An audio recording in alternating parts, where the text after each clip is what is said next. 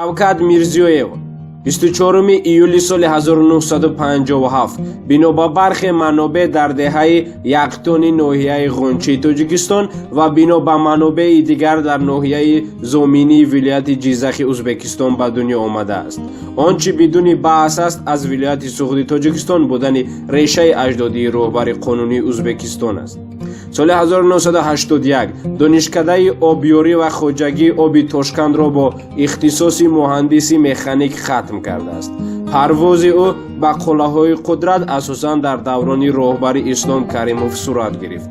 Мирзиёев соли 1992-1996 ҳокими ноҳияи Мирзо Улуғбеки Тошканд, солҳои 1996-1999 ҳокими вилояти Ҷизақ ва аз соли 2001 то 2003 ҳокими вилояти Самарқанд буд. маҳз дар давраи раҳбарӣ бар зодгоҳи Ислом Каримов ӯ ба клани Самарқанд наздик шуд ва 12 декабри соли 2003 ба мақоми сарвазири Узбекистон расид. Shavkat Mirziyoyev аввалин сарвазире дар таърихи навини Узбекистон буд ки тавонист муддати аз ҳама бештар 13 сол роҳбарии кобинаи вазирони Каримовро дар даст нигоҳ бидорад. бо тамкин, тавозӯъ ва сабре ки намоиш дод, Shavkat Mirziyoyev ин курсиро то дами марги Ислом Каримов дар таърихи 2 сентябри соли 2016 нигоҳ дошт.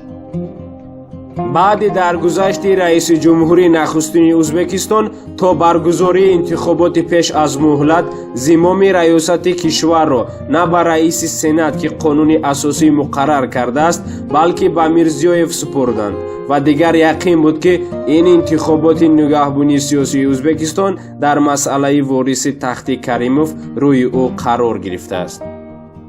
Мирзиёев дар интихоботи моҳи декабр 88% овозҳоро ба даст овард ва барои 5 сол қонунан роҳбари аввали Узбекистон шуд. Shavkat Mirziyoyev дар замони сарвазирияш дӯст медошт ки либоси оддӣ пӯшида ва бидуни муҳофизон ба ягон идора ё бозор сар бизанад то бо вазъи воқеӣ мустақиман ошно шавад. аз ҷумла ӯ як дафъа бо як либоси назарногир дар тан писарчаи ҳамсояро гирифта ба як боғчаи кӯдакон рафтааст ки оё ин кӯдакро бепул ба боғча мегиранд ё на. дар он ҷо ба ӯ гуфтанд ки мунтазир бишнед ва вақте апа яъне мудири боғча омад бо ӯ гап занад. дар ин ҳангом кормандони боғчаи кӯдакон гӯшт бирён мепухтанд.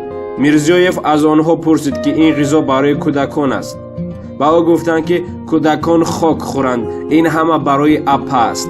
баъди бозгашт ба ҷои кор, Мирзиёев вазири маориф ва аз он мудири боғчаро ба ҳузур хонда ҳамон ҷо ҷавоби апаро дода буд. 2 сол пеш вақте Мирзиёев худро мариз гирифта ба як бемористони Тошканд рафт ва ӯро 2 соат дар навбат нигоҳ доштанду дар охир бар сараш дод ҳам заданд. баъди баргаштан ба ҷои кор, сартабиби он бемористонро бо мудирони тамоми шӯъбаҳояш аз кор барканор карда буд. як дафъа вақте корвони мошинҳояш аз назди як хонаи азодор мегузашт, Мирзиёев мошинро манъ кард ва вориди он манзил шуда ба наздикони марҳум таъзия баён карду ба арвоҳаш дасти дуо кушод. Shavkat Mirziyoyev ва ҳамсараш Зироатхон Ойхон Маҳмудовна Ҳошимова ки ҳамсабақи ӯ дар донишкадаи обёрии Тошканд буд, 3 фарзанд доранд.